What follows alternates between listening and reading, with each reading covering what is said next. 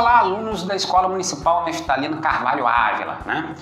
Lembrando aí, a gente teve o interrompimento das aulas devido à pandemia e aí, de acordo com o conversado com a escola, eu estou produzindo umas videoaulas aí para vocês acompanharem as nossas aulas. Então, atenção pessoal do 8º ano, né? Essa é a nossa primeira videoaula. Então a gente vai retomar desde lá do início do bimestre para vocês poderem acompanhar aí as aulas direitinho, né? Então, se a gente pegar o objetivo do primeiro bimestre do 8º ano de Geografia, é o continente americano. Então o objetivo é reconhecer as características e dinâmicas naturais, além de identificar as realidades físicas, políticas, sociais, econômicas e culturais relacionadas com o processo de colonização. Então a gente vai estudar no primeiro bimestre do primeiro ano a formação do continente americano. O continente americano, né, no seu processo histórico de ocupação pelos países europeus, a gente criou duas grandes unidades, né? A América anglo-saxônica e a América Latina. Esses dois modelos de colonização gerou modelos de crescimento econômico distintos que explicam as atuais diferenças entre esses dois grupos de países, né? Esse processo de colonização dos países europeus sobre o continente americano também foi marcado pela acentuada redução populacional dos povos indígenas e pela incorporação de outras etnias na formação das sociedades dos atuais países americanos. Então, toda essa questão da colonização, diferença da América anglo-saxônica, América Latina, processo de crescimento econômico, processo de formação dos países a partir da colonização, estudaremos no primeiro e também no segundo bimestre. Então, o que é o continente americano? Ele é o segundo mais extenso do mundo, só depois da Ásia, com 42 milhões de quilômetros quadrados. Ele se estende no sentido latitudinal, então ele vai desde o Polo Norte, lá no Oceano Ártico, até a Antártida, lá no extremo sul, né? E ele é separado pelos dois oceanos. De um lado a gente tem o Oceano Atlântico, do outro lado o Oceano Pacífico. Do ponto de vista físico e natural, a gente divide a América em duas partes, a América do Norte e a América do Sul.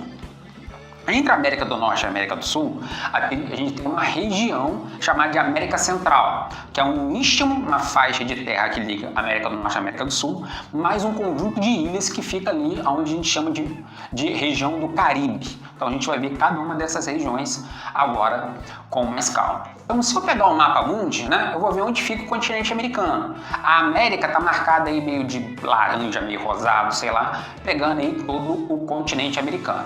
Então, o continente americano, se você for reparar, ele vai do Polo Norte até o Polo Sul, é 15 mil quilômetros, né? É o continente mais extenso do ponto de vista longitudinal. Ele vai do norte até o sul numa distância de 15 mil quilômetros. O continente americano é formado por 35 países autônomos e 35 países independentes e 18 territórios autônomos, ou seja, territórios que têm autonomia, mas está ligado a um determinado país. Exemplo, na América do Sul a gente tem a Guiana Francesa, faz fronteira lá com o Amapá no norte do Brasil. A Guiana Francesa é um território autônomo pertencente ao país França, para vocês terem uma ideia. Então tem diferentes territórios autônomos e 35 países no continente americano. Então, se você pegar aí a América do Norte, né? A América do Norte basicamente são 3 países, o México, o Canadá e os Estados Unidos, além do território da Groenlândia, que está aparecendo aí de verde, que pertence à Dinamarca, né? Até o Trump dos Estados Unidos queria comprar o território, sei lá. A gente tem a América Central, né? O país mais conhecido da América Central ali é Cuba, que é essa ilha de amarelo aí. A gente tem também República Dominicana, Haiti, Porto Rico, entre outras ilhas na América Central. E os países dos Istmo ali, que é essa região aqui, pegando ali Guatemala, Honduras, Panamá, Costa Rica, que são os países dessa região central aí. E temos a América do Sul, né? Formada aí por um conjunto de países. A gente pode pegar aí, o Brasil está de verde, o Uruguai está de laranja, a Argentina de amarelo, o Paraguai ele de roxo, Bolívia de laranja, Chile está do lado de cá de verde também, Peru de amarelo também, Equador, Colômbia, Venezuela, Suriname e Guiana. E a Guiana Francesa, que é um território pertencente à França. São os países aí que fazem parte da América do Sul. Então vamos lá. América anglo-saxônica e América Latina. Por que a gente usa tanto esses termos para dividir e classificar o continente americano? Os europeus que se dirigiram ao continente americano pertenciam basicamente a dois diferentes grupos linguísticos, né? Os anglo-saxões, os ingleses, e os latinos, principalmente portugueses e espanhóis. Então, a América anglo-saxônica é aquela constituída pelo Canadá e Estados Unidos, que foi colonizado principalmente pelos ingleses, cujo legado foram a língua inglesa e a religião protestantista. Já a América Latina, constituída pelo México, a América Central e toda a América do Sul, foi colonizado principalmente pelos portugueses e espanhóis, que deixaram como legado a religião católica e o espanhol e português como as línguas mais faladas. Então vamos lá. Apesar de ser muito comum, essa subdivisão contém certa imprecisão. Por quê? Porque a América Latina não foi colonizada somente por portugueses e espanhóis. Tem algumas regiões ali, por exemplo, você pega a Guiana, que foi colonizada pelos franceses, o Suriname foi colonizado pelos holandeses, a Guiana foi colonizada pelos ingleses, você tem Belize, na América Central, que foi colonizada pelos ingleses, a Jamaica foi colonizada pelos ingleses. Então tem alguns locais da América Latina que foram colonizados por holandeses, franceses e ingleses, e na América anglo-saxônica, um pedaço do Canadá foi colonizado pelos franceses. Então a gente faz essa divisão geral, mas ela não é muito precisa. Então, professor, por que a gente faz essa divisão então?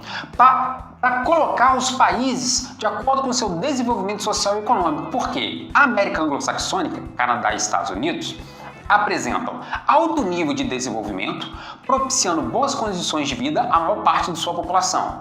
Já os países da América Latina, independente de quem colonizou, né, encontra-se numa situação de pobreza maior e de grande subdesenvolvimento.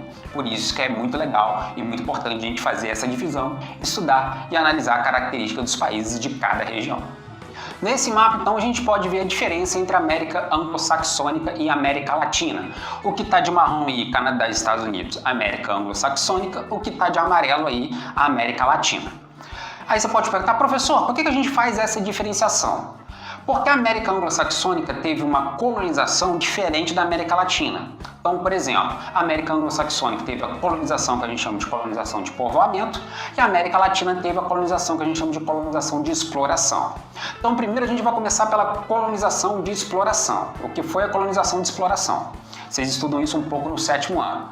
Colonização entre os séculos XV e XVI, para atender às exigências e interesses comerciais dos diversos estados-nação europeu, né, que colonizaram a América Latina, extraindo, retirando da colônia tudo de valioso que eles podiam.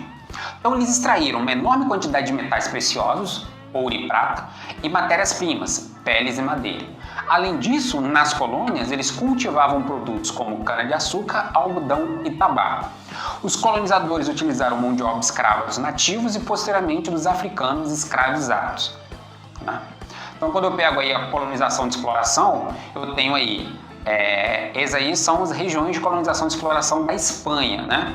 Dividir em vice-reino, você tinha o vice-reino da Granada, vice-reino da Prata, vice-reino do Peru, essas regiões demarcadas no mapa aí. Então, o objetivo da colonização de exploração era retirar o máximo possível de riquezas naturais, metais preciosos, madeiras, peles e produtos agrícolas que tivessem grande demanda na Europa e fossem fácil de extrair esses recursos. Então, você acaba tendo aí essa colonização, que na América Latina foi principalmente de povos de países europeus como Espanha e Portugal e, em menor medida, França e Holanda. Tá joia?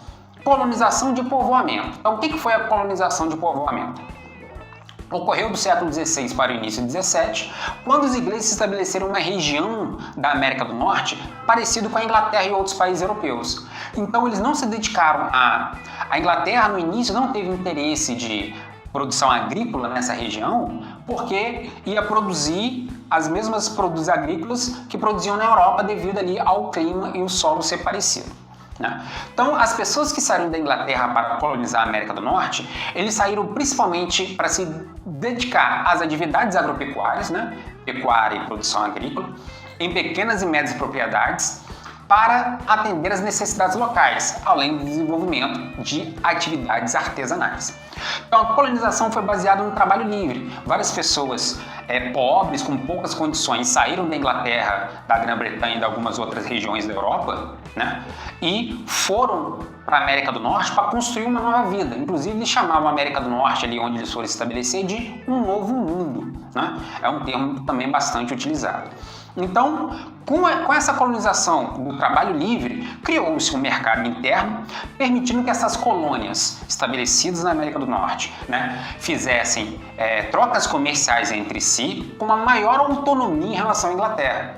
Porque, diferente na colonização de exploração, onde as trocas comerciais só pode ser com o país colonizador, né? No Brasil, colônias somente com Portugal, na América do Sul, onde era colônia da Espanha, somente com a Espanha.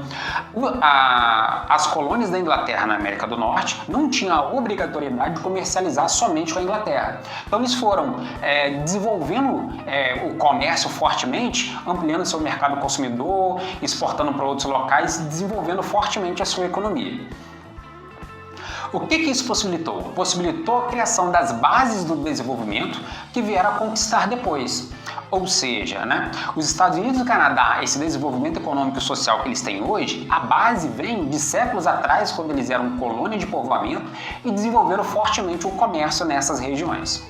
Algumas colônias do sul dos Estados Unidos, né, devido ao clima subtropical, adotaram a colonização de exploração, mas em grande parte dos Estados Unidos era colonização de povoamento. Tá? Então aí, por exemplo, a gente tem um mapa das chamadas 13 colônias, que foram as primeiras colônias na costa leste dos Estados Unidos, onde começou a colonização inglesa nos territórios da América do Norte, para vocês perceberem aí. E o que resultou a colonização de exploração e a colonização de povoamento no continente americano? Após a independência política desses países, deixaram de ser colônia da Espanha, de Portugal, da Inglaterra, etc., né? Os países que eram colônias de exploração continuaram dominados financeiramente e economicamente em relação aos países desenvolvidos, as potências econômicas mundiais, né? E com o apoio da elite que surgiu em cima desse modelo de exploração, esses países não conseguiram se desenvolver, né? Então, o território desses países que foram colônias de exploração foi reorganizado de acordo com o interesse dos países ricos, dos países que são potências mundiais, né?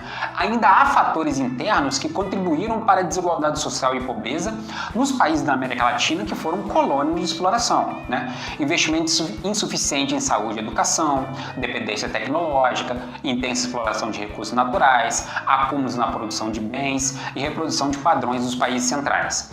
Já Estados Unidos e Canadá, que foram colônias de povoamento, teve colonização de povoamento, se desenvolveram e são hoje considerados países desenvolvidos economicamente avançados.